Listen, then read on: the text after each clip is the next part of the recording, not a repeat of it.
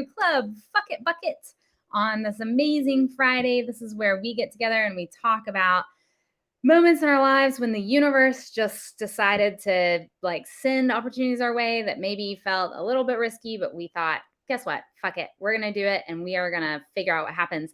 And today I'm so excited because our guest has a whole podcast about failure and fucking up. And it's because he's like the biggest, most amazing fuck up you have ever met. So Ben Courier, come on out and tell us about the art of fucking up. Cause I just got to call you the biggest fuck up too, which was the biggest, most amazing fuck up. I like that. I added most amazing because I didn't want people to think I was bullying you, but I kind of was, but in a very loving way. I call myself the world's #1 failure, so I'm pretty sure that's a compliment to me. So I appreciate it. I think it's an amazing compliment. So like if people looked at me and said you're a huge fuck up, I would be like, yes, I am.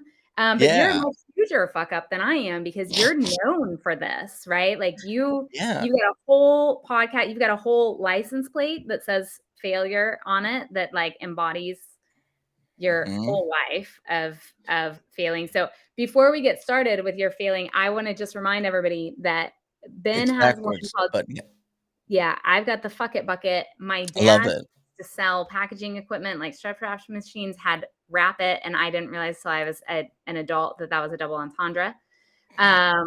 So that's a thing. But okay, so Ben, you are in Kansas City right now. Yes. And that's just like where the world has taken you. But you have been all over the world causing chaos and fucking up everything everywhere. Yes. But also not admitting it to the world for the most of that time. I was silently, I was quiet fucking up. I was doing it. I was doing it in ways. Like a closet fucker upper. I wanted to succeed.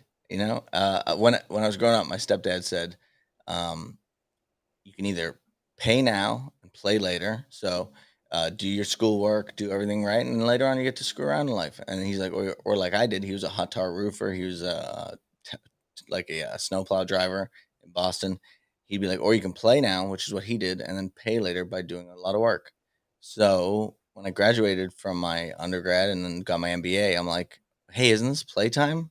I thought I paid. Don't I get to play? And then it was like, no, you get to work forever. And I'm like, oh. He just didn't know because he didn't know the other side. He just knew he didn't go to school.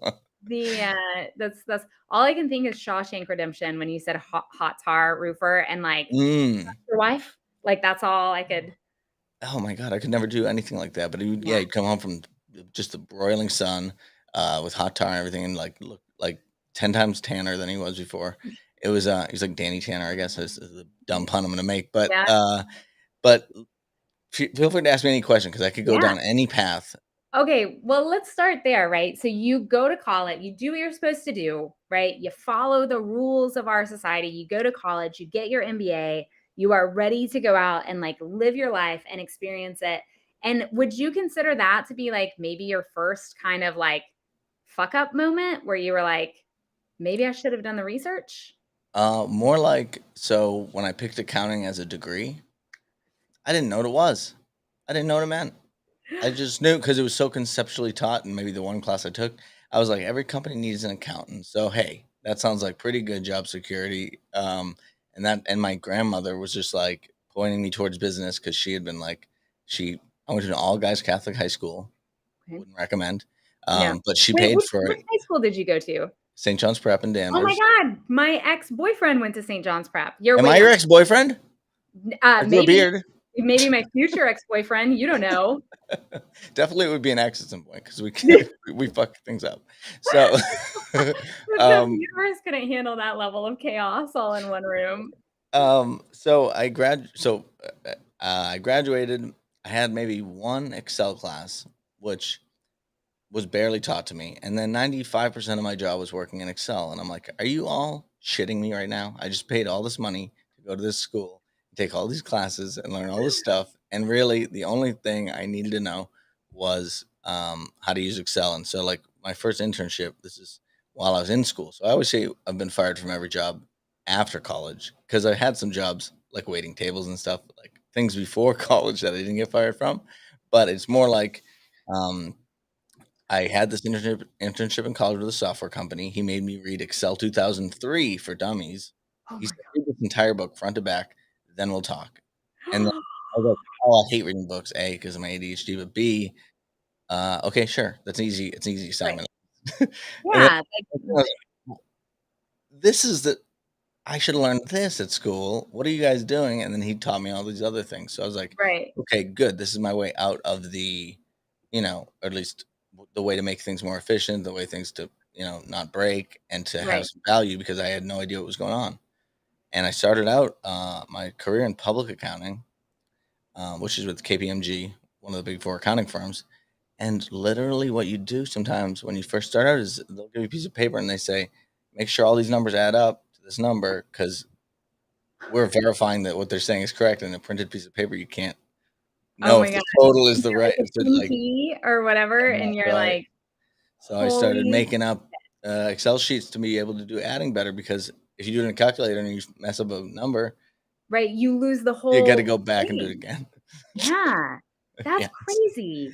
and So, then oh my gosh, my friend T is here, this is so exciting, and I hate Jackie. everybody. I'm ignoring the comments on purpose because I have no way I know, to you don't stay even know, like, focused. But I love you all. we've got, Mark says, "How can I be as big a fuck up as Ben?" And all I'm gonna say is it probably takes a lot of practice. It does, and also it's not the intent. It's My intent is not to be a failure. It's not the final destination. I just was reading a lot of self-help books that were telling me all sorts of things to change for the positive, and I was like, these are not happening. I'm reading them, it's not happening, but it's like get comfortable with failure. Most of them are like you got to be okay with that. I'm like, okay, I can embrace that. I'll put it on my car. I'll look at it every morning. Most mornings I right, was like, what am I doing? Why am I doing this? But it's already on there, because I'm like, if I'm not having a good day and I'm gonna walk out, I'm like, oh, there's a failure thing, and then right. everybody who's driving past me in traffic is like, what's wrong with this guy? Yeah. So it's You like, failed to put on your turn signal. but Speaking oh, of, there go is ahead. a moment where you actually failed to dodge a parked car, right? Well, parked cars are sneaky ones, They're the they sneaky pop ones. out on you. Um, yeah, at some point we'll probably show the slide thingy I made with the failure thing, but at this point I had no idea what I was doing with it. There was no podcast in mind. There was no maybe a book. Like I Mhm. was gonna write a book called "Why I'm Happy I Was Fired I was from Every Job I've Ever Had," or now it's probably gonna be "Fail It Till You Nail It" because that's my slogan. Because I don't like fake it till you make it. Uh, Right. and then I just didn't know what I would do with it, but I knew I had to get past that because I was lying to myself about all those jobs. And in interviews, you don't have to like tell them specifically what happened. And when they call them, they'll be like, "He worked from this to this, and this was his salary." So I could lie to myself. And then it took like five of them, and I was like, "Wait, I've been fired from all of these jobs, Right. like not layoffs, not whatever, like one-on-one firing squad, like who? Boom. See you later." It hurt them because I had amazing models that they didn't understand. They would just be like, "We'll figure it out. Just see you Right. later. See you never." So when you I have to ask because I've been laid off, I've been fired, I've been encouraged to leave, right? I'm also one of those people strong it's been strongly suggested that maybe I should start looking for Yeah, another job over the course of the next 2 weeks and then let them know when I get it, right? Um, so I have found that for me, and I have ADHD as well, is same. Oh, yeah. I tend to go into a business, I, like, create waves, make huge change, blow their minds, rookie of the year all the time, and then it gets really easy for me to do the thing, and then I'm like, "I'm fucking bored," right? Either give Yes. me a different Thank job, you. and most places don't wanna give you a different job because you're really good at what you're producing, right? They're not gonna make you manager when they want you to be the Excel guy or Right. whatever you're good at. They want to manage you to stay Right, there. exactly, and I'm like, "I need a challenge." They don't do it, and then I just turn off. I'm like, "I'm done. I'm done We here. I'll we just were let the you." quiet quitting hipsters. Yes, we are. We're quiet quitting hipsters. So, have you I love that. So, have you, like, through all of your thoughts around failure and these types of things, I think one of the things that I have learned is when I start to feel that way and the company that I'm with has not done the thing to keep me engaged because I'm pretty good about saying, like, "This is what I need to be engaged." Yeah. And if they don't do that, for a long time, I would wait until they fired me or encouraged me to go because I was afraid of the risk. Like, these were my fuck I it never bucket quit. Yeah, moments. you didn't quit, right? Right. I Well, fake resigned at KPMG. They made me resign, but that was just probably to right. avoid unemployment. I was too dumb at that. I was too young to know what I was like. I just okay. See ya. I guess I'm Right. resigning. Yes, All right. right. Because thank you for not firing me and making me like, right. Until I got older. So I've gotten to the point now where I'm like, okay, I'm done. Right. This isn't a good fit for me. But it's taken a long time. I feel like these companies oftentimes pushed me into my fuck it bucket moment. Yeah.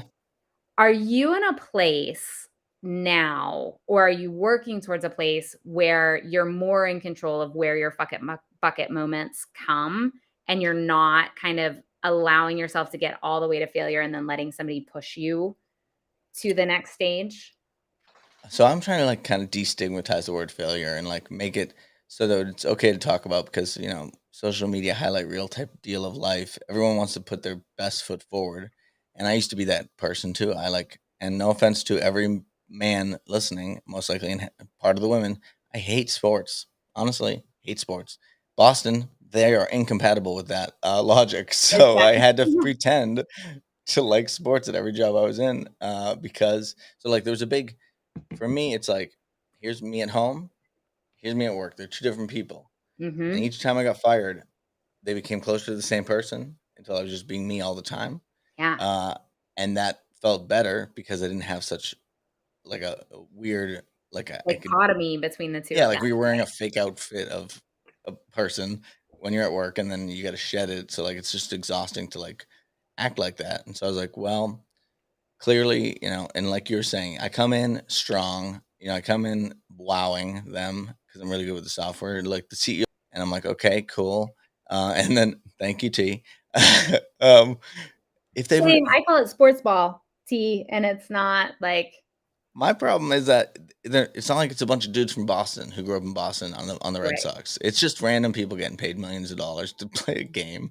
It's Yeah. like, why am I going to spend my time? And then if I even watched them all, I wasn't up to speed. I need to read Barstool Sports and all these other things so I can even talk at their level. So I was just like, you know what? Screw it. I'm out. Yeah. But there is a job that I did not want to ever get fired from, which was when I worked at the video game company. I made Rock Band and Guitar Hero, and so like I did all the manufacturing for the Rock Band franchise, and so over 600 million, over $500 million worth of purchasing of microphones and drumsticks and the drums and the Right. software. But no one in the world needs like 8 million drumsticks all of a sudden, especially the light ones. So we're buying them from like everyone and their mother, trying to figure out how to get all Right. this stuff together. So it was It's just just like like, just in time kind of like fulfillment well, not even. We just screwed it all up. But at least I had the spreadsheets to track it all because we were doing. I don't know if you remember the I remember. Rock Band 2 days, right? Yeah. We were so I was a fucking rock star in my basement. yeah, You have no idea, like, me and Foo Fighters, I was basically an yeah. honorary Foo Fighter. So I became I was number 300 in the world on drums. So, and then I realized the company was in Cambridge. So I went to do play testing for Rock Band 2, brought my resume and slipped it in to her and said, "Hey, if the Right. finance department needs anything, let me know." And that's how I got the job there because I was Awesome. obsessed with that. So I mean, I and that job and another job. The reason I got fired is because I hired the person who fired me. Because I hired Sounds someone who had the things I didn't. They were more brutal. type A. They were more to-do listy, Right. but then they would push that on me. I would rebel. I'm like, "Why did I hire this person?" Because I thought they would fill in the gaps. I was trying to do what's right for the company, not what's right for me. I would, you Right. know, rather have Which someone who is would chill. admirable, right? You would think, But no right? no good deed goes unpunished, so Yeah. And so most of these jobs when I was quiet quitting, I was on Reddit. And so that's why if you want to show the slideshow, Chris, you yeah, can. let's I can run through it real quick because um and I only started trying on Reddit probably 5 years ago, but 2 days from today is my 15-year anniversary of my Reddit account. But you can see on the left side, comment karma. I have over a million karma. I am number 524 in in that, with 430 million active monthly users. and over 1.5 billion users. So uh, it's ridiculous. I mean, and to get the comment karma, you can't. It's no easy way to do it. You got to comment on a bunch of things. So like, this is my quiet quitting. I was just doing this. Right. I'd take some process that took 20 hours before. I'd automate most of it with Excel to an hour, but then they'd fill me up with 19 hours of work. So why would I want to do 19 more hours of work when I Right. just saved us time? So I went on, I was quiet quitting via by saving, keeping the time I saved. So Right. you can go to the next slide if you want there. Hang on, can we pause this for a second and, like, Sure. we've gotta tag in Ashley Early and Evan Patterson on this, and if you haven't been on, like, if you haven't talked to them, one of the things that, like, they talk about a lot, and I think needs to be talked about is we have built these workplaces where the better you are at your job, the more efficient you are, just the more work you get, right? Yes. And so why if everybody else takes 8 hours to do something and I can do it in 4 hours or 3 hours, then there's no fucking way I'm going to tell you that I can Yes. do it like that because all I do is just end up with more work so that I can work for 8 hours rather than produce just what you need me to Yeah. produce to make the business. And you know what? You want me to work 8 hours and do more jobs? Pay me fucking more money. Exactly my problem. So, like, here I'm gonna outdo you just a little bit in terms of the example because I had a boss who's getting paid probably twice as much as me. He's like, "We're gonna offload this task that I do to you. It takes me 7 hours. I make Right. it take 15 minutes." Okay, so they're willing to pay someone 7 hours at a higher rate Mhm. to do it, but then if I can make it take less, they're paying me less to make it Right. better. I'm gonna keep those 6 hours and 45 minutes and go on Reddit. Right. Because why Yeah. wouldn't I? You're still saving money because 'cause you're not paying the other guy who Exactly. apparently is worth more. Employers, take note. If you Yeah. want more efficient processes, then pay people to do Well, the work and to produce and pay them the right amount for their skills. or at least give them the time off or so, like, give them Right, some kinda thing, something. because otherwise, if me and the next guy get paid the same, but he takes 3 times as long to do something, Yeah, what the hell's that all about? yeah, I'll get 3 times as much work, like you said, and absolutely. then I just physically retract because 'cause I'm like, "I hate this." Yeah, I'm like, that's the quiet quitting thing. It's like more like I can't deal with the ineptitude and the corporate politics and all that stuff. That's why I yeah. got good at the software. Which is amazing. So, okay, you wanna pop up the slideshow Sure. again? This is So, I'll just, like, shout out to my amazing live producer, Chris Hennessy and his Chris. productions. Like, he is the one who makes all of this happen in the background. If Ben had said to me, "Can I do a slideshow on here?" I would have been like, "Ha, n no." Yeah, I know. He was like, "You could just throw some stuff up." I'm like, "I don't know anything. Just I'm gonna send you some Yeah. stuff."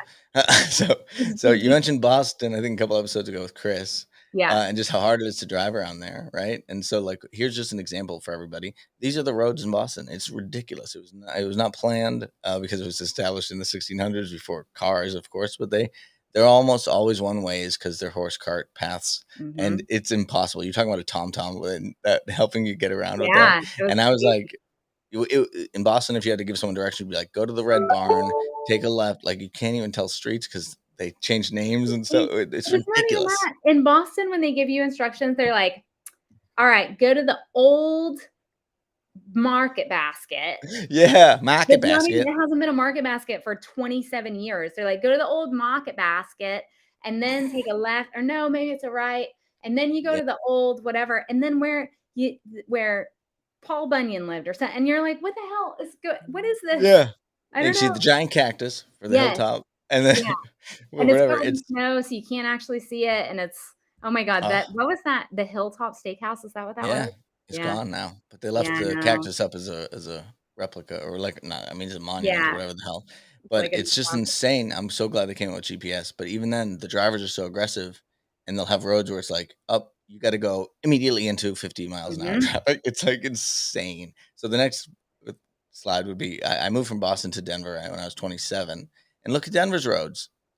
They're a grid, it's amazing. I was like, "Really? This can exist? You can, like, know how to get from here to there," because they'd go from low number to up number, like, Yeah. street 1 to 110, and then they'd have Well, A to Oklahoma B was the Z the same other thing, way. yeah, it was alphabetical, so you always Yeah. knew and you knew you were like, if you knew what number you were on and what street you were on, Yeah. You could go like, "Oh, well, my next street is Peoria, and Yep. that's, like, up the alphabet, so I'll take a left." Like, you could Yes. guess I where you know.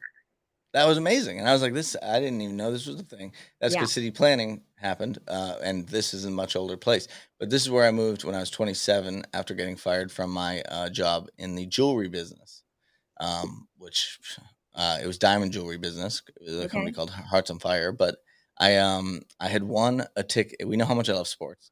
I Yeah. won a ticket to the World Series Game 6, 2013 Red Sox, where they win the World Series, by the way. So, I'm the Oh least my deserving god, this is fan. what Mark popped in the chat a minute ago, right? He was like, Yeah. "Didn't you go to this game?" Okay, Yep, he always likes to bring that up because he's a podcaster. He had me as a guest, but, okay, it's called Zen Sandwich for anybody. But, so I, and it wasn't a company event, it was just they raffled off some tickets, right? And so it was me and 2 other dudes who I worked with. Uh, I'm in Fenway, not deservingly, but I see the last pitch being thrown, and it's like, oh my god, we just won a Fenway from the first time since 1918, right. huge deal, right? I'm like, yo, guys, IT guy and the other guy, do you mind if I light up a joint? Because to celebrate, and of course they said they don't mind, but they're Right, liars, and they and ratted me out. And lie. what's crazy about that to me is that this same company who would fire me over that, so, which sure most companies would, whatever, it was a dumb idea, who cares? But I'm at the Red Sox where we win the World Series. I was like, fuck it, kind of Yeah, moment. I'm just gonna do it. And do you guys mind? If you minded, I wouldn't have. But anyways, right. All you had to but do was say no. they had a white elephant party, and you could only bring booze.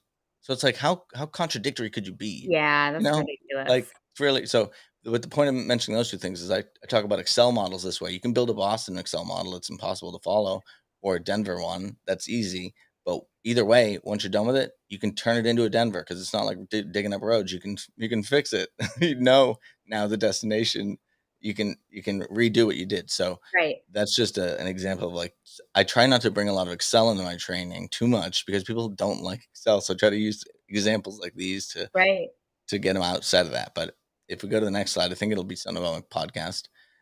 So yeah, that was the fucking moment of just embracing the license plate of failure. I didn't have to do that, obviously, but I got a lot of pushback from almost anybody I told, like, "Why would you do Yeah, that?" kind of thing, and it was really just to figure out how to I really want to do like I guess exposure therapy to wearing the word because I hadn't really told people about all the mess ups, and I felt like if I'm going to be presenting myself as an expert in Excel or whatever, but I'm also hiding and shrouding these failures, I'm mhm, not being me either. Like I'm not giving my true self. So I decided I'd start interviewing people who are successful, but that's not a requirement, but who are comfortable sharing their failures right. um, on the podcast. And so I just released episode 75.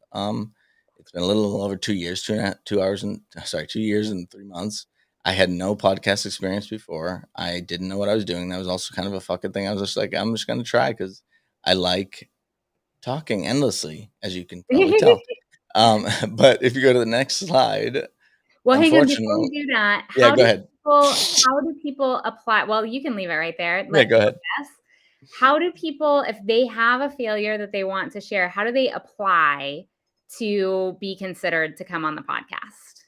It depends. I mean, in the early days, I would take whoever. I mean, I'd use websites usually. Like it's like a Tinder for podcasts, where it's like Right, Matchmaker.fm or Podmatch or any of those things, where the guests and the hosts, they try to connect them so that right, they can do it easier. But it was a lot of like life coaches and things like that. Like at the beginning, but people who I didn't know. Not that any of them are bad, but just people who, right, were open to talking about failure. But some of the ones, I chased, like Carol Baskin wasn't one that fell into my lap. I had to, sneakily, get myself into her world, but really, I just want part of it was to get better at a lot of things I have problems with. So, interrupting. I still do it even during my podcast, but I know I have to edit it, so it's like I try to do it less. Uh, right.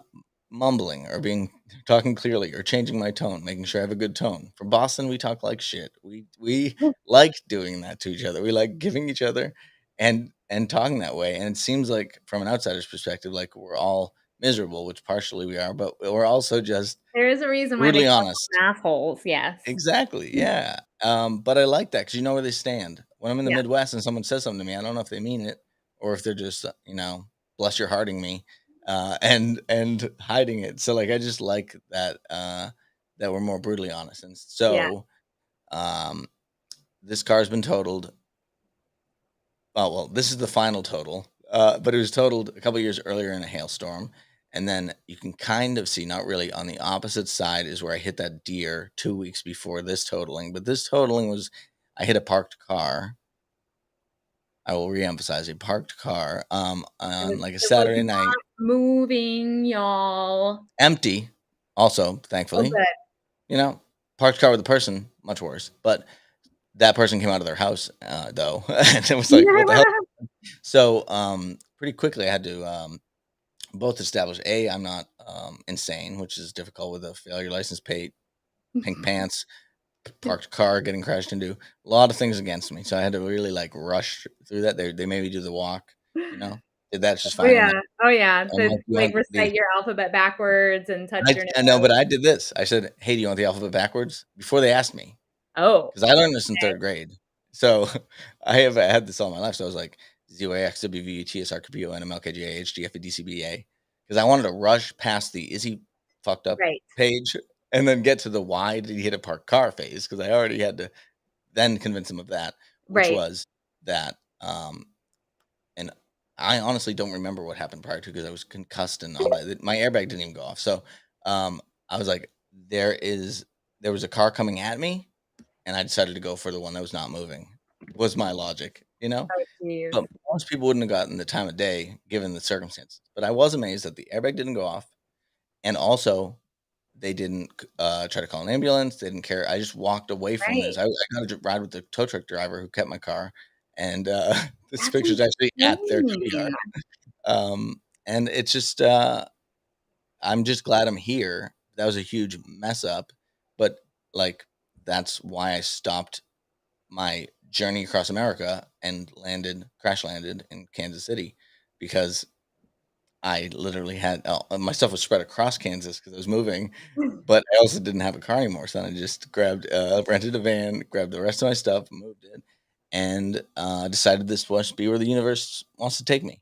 Yeah, there you go. I mean, another kind of fuck it moment where you're like, "Hey, this is happening, and I guess I'll just roll with it and see what happens." So you landed in Kansas City. How long have you been there now? About 2 years. About 2 years. Okay. And, um, are you you've clearly finished your streak of getting fired at the moment. Well, yeah.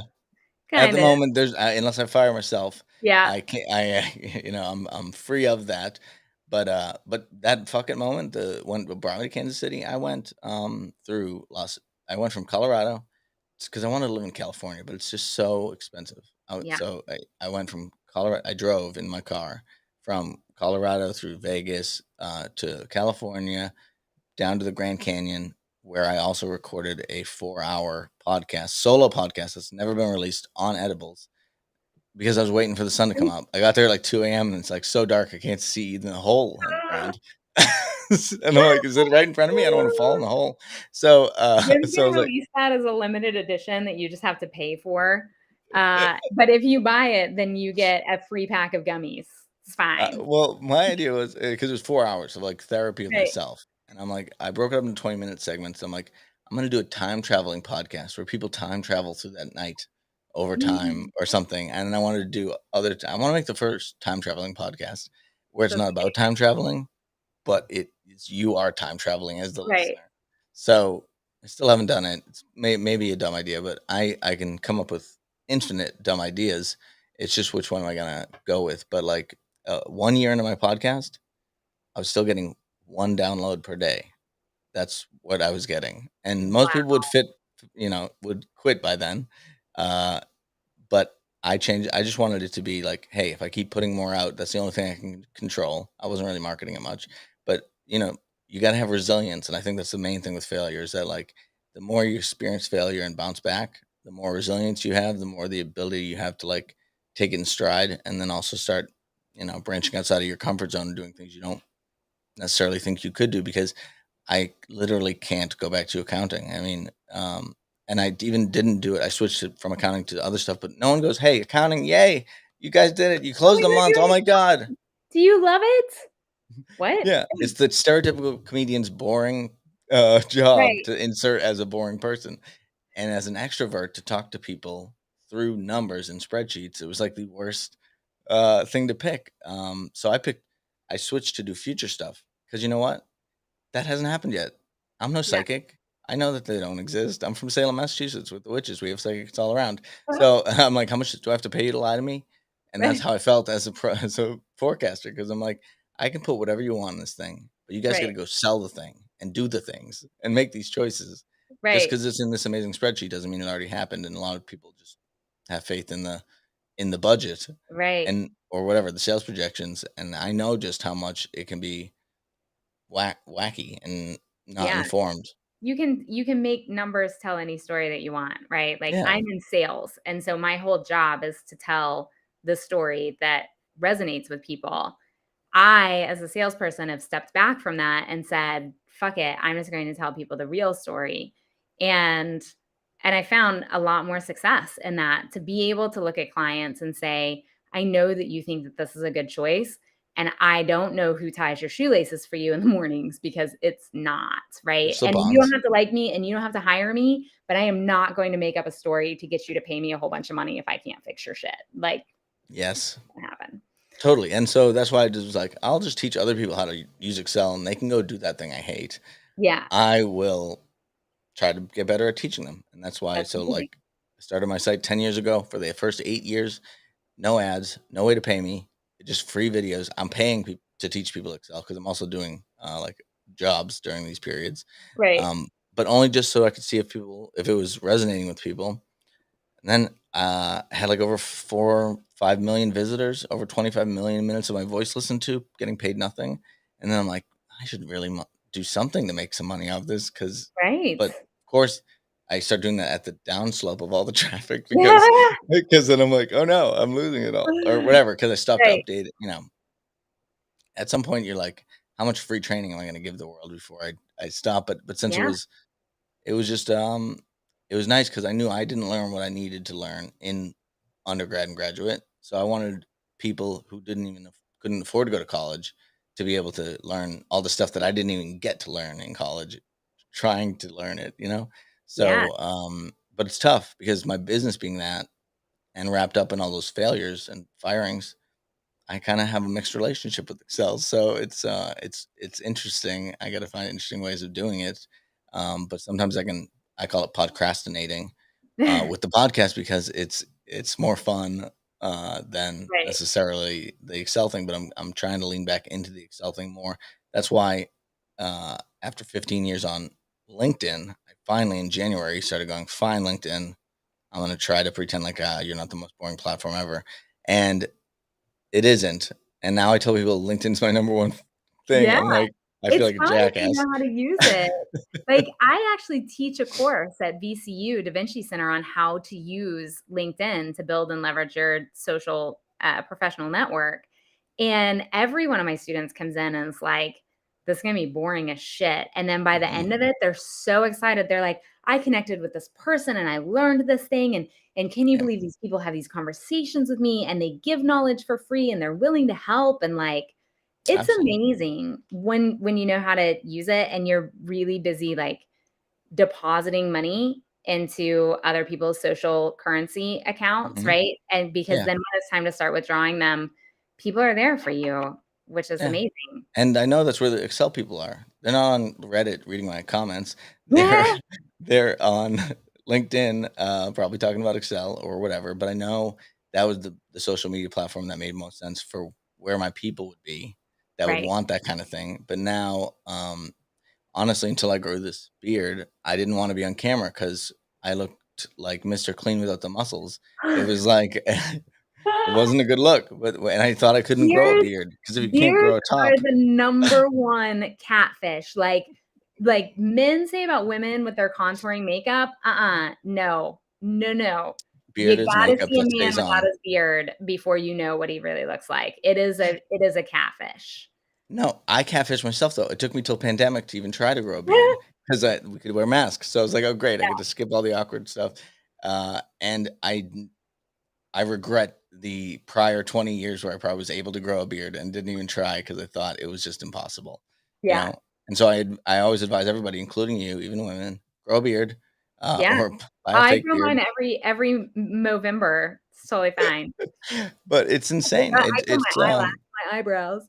It's like a transformative process of who you think you are. So I didn't feel comfortable being on video until the beard. So most of my Excel training was like just my Okay. voice with no me, and then just all the screenshots, or not screenshots, but like screen recordings. And Yeah. now I'm leaning more into doing more funny stuff and trying to figure out how to make it work. But I feel like I had to go do the failure thing to be my playground in order Mhm. to feel comfortable enough to do it in my business, which I had put so much time and energy into making look professional and not as weird as I am. Yeah. But you know what? Weird is amazing and I love it. So like everyone, Ben Courier, who was born with a pocket protector in his birthday suit and makes XL fun, and Where in my teaches birthday suit would you put that? hey, I don't ask questions. Which pocket is it protecting? Okay, go ahead. Any pocket you want, Ben. It's totally fine. Ooh, we just got kicked off LinkedIn. Just kidding. Um, I yeah, have to been. me, his beard is awesome. Thank you. So Oh, yeah, so you're here. You are the go-to expert for Excel. You are on all the main podcast channels to yeah, listen to the and basically podcast. anywhere. Just look up failure guy. I'm on Yep. IMDb. I try to tell every podcaster I know. I made a free. I'm all about free, no ads or whatever. Free website where you can. I tell you how to get your podcast on IMDb because it's a giant pain in the ass. But like if you go to Carol Baskin on IMDb and you go to self, you'll see my podcast is listed there. Like you can do almost anything. The only thing I got rejected was I tried to give Arnold Schwarzenegger a special thanks in an episode because we did terrible impersonations of him, and that got rejected. But everything else has pretty much gone through. So, and you can give yourself credits: director, editor. I'm actor as failure guy. I'm not myself. I'm actor because I don't want to be a failure guy forever. So I'm just saying, if anybody's a podcaster and needs to know, reach out to me because it's a powerful thing. If you look up who's the world's number one failure guy, you'll get me at the top in giant text, as if you wrote who's the first president of the United States. It's that much of a thing. And my goal originally was to get Alexa to say me when you say who's the world's number one failure. But my last thing I'll say, because I know we're way over time, Yeah. is world's number one accountant, there's a lot of competition. World's number one anything, sure, a lot of competition. Failure, not so much. Also, if I get dethroned, I failed at that. And so I think I can't lose because it's a paradox that I failed at being the number one failure. And then, you know, and I Then failed we live again. in Inception and, like, it gets Yes. real dirty. But I love that, like, the message is find the thing. Find your thing and be the number 1 at that. Hmm. It doesn't have to be what everyone else is trying to be number 1 at. The competition is steep, and it can be really boring and really hard, so find your thing and then show up with it because we're gonna love it. I find that the more I show up as just me, the more people want to be around me and want to contribute to my success. I don't know what I was just trying to say there. Not Um, even going to touch it. yeah, don't even. And I think same thing with you, right? Like the more you show up and you say like, "Listen, I'm going to embrace this thing about me. I'm going to talk about it and I'm going to be really real." People want people want to hang out with you. I want to hang out. Well, I could do this for another hour. And I'm Oh, I can talk forever. sure Editing is no problem. That's what I realized. I talk forever on my own podcast, then I got to go edit it. I'm like, why'd I talk so long? Yeah, Because I love no one it. might want it. One last thing I want to say is, Yeah. uh, in-person networking, I was doing a lot of it, and I was going. I'm like, oh, I'm Ben. I teach Excel, and then I see people fall asleep halfway through the word Excel, and I'm like, oh fuck. Okay, so maybe I can start just instead of making a website and doing all this other stuff, I'll just do business cards. I'll just make up fake business cards, and and it's $10 or 100. I don't even need to have the business exist, but I wanted to be like the guy in New York who has a trench coat with all the watches, Mhm. and I'd be like, but it'd be business cards. I'd be like, oh, what do you help do you need today? I am, here's my whatever pop up startup. Oh my god. You want to This is like a Jerry Seinfeld, look like a Seinfeld show. Look at brand this. creator, brand creator. What? Maybe one. And then like blunt finance, which was for the weed industry. The catchphrase was no bullshit systems automation is what you can see. I got that little guy with the thing. I I love it. whatever. The point is, same. That's how Failure Guy got started. Was at those networking events. I'd be like, I'm the world's number one failure. I wouldn't have a service to offer anybody. I would just say that just to mess with them. And most of them knew me as the Excel guy, so they're like, "What is this guy?" What is this? I Right. mean, and it's a fine line between crazy and genius, and who knows what side I'm on of that coin. But I just know it's more fun than working for the man every day and not getting any kind of like they want corporate culture, we're a family, all that stuff, and then they'll kick you to the curb Yeah, instantly. And so I learned that very difficultly over many experiences.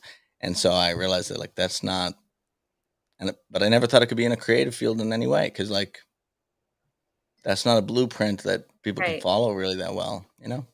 Yeah, you have to be creative when you do it. So, I'll lend you my tagline. I say unfuck your business or unfuck your AWS bill. You can say unfuck your Excel. And Mm, there you go. That won't leave people sleeping. So, all right, everybody, listen, thank you so much for joining us. Ben, thank you for being here. This was such a pleasure. I could literally stay on here forever, except that I have a meeting that I have to go to. Y'all connect with Ben on LinkedIn, find him on Reddit, listen to the podcast, and hit him up for all of your Excel yeah. needs. DM me. Yeah, slide into his DMs, he says. Slip Uh, and slide. and have a great weekend. And we will see you next week. Ben, thank you so much. Everyone, go fuck some shit up Yeah. and embrace some failure. Take some risks. Thank you for having me on this live. And also I just say everyone should try to stretch that comfort zone. Just widen it a bit. So you Yep. gotta do step outside of it just for a minute. You can hop back in, but you don't know what'll happen until you do. Yeah. One little toe out could change your world. So, all right, y'all. Thank you so much. And we will see you next week.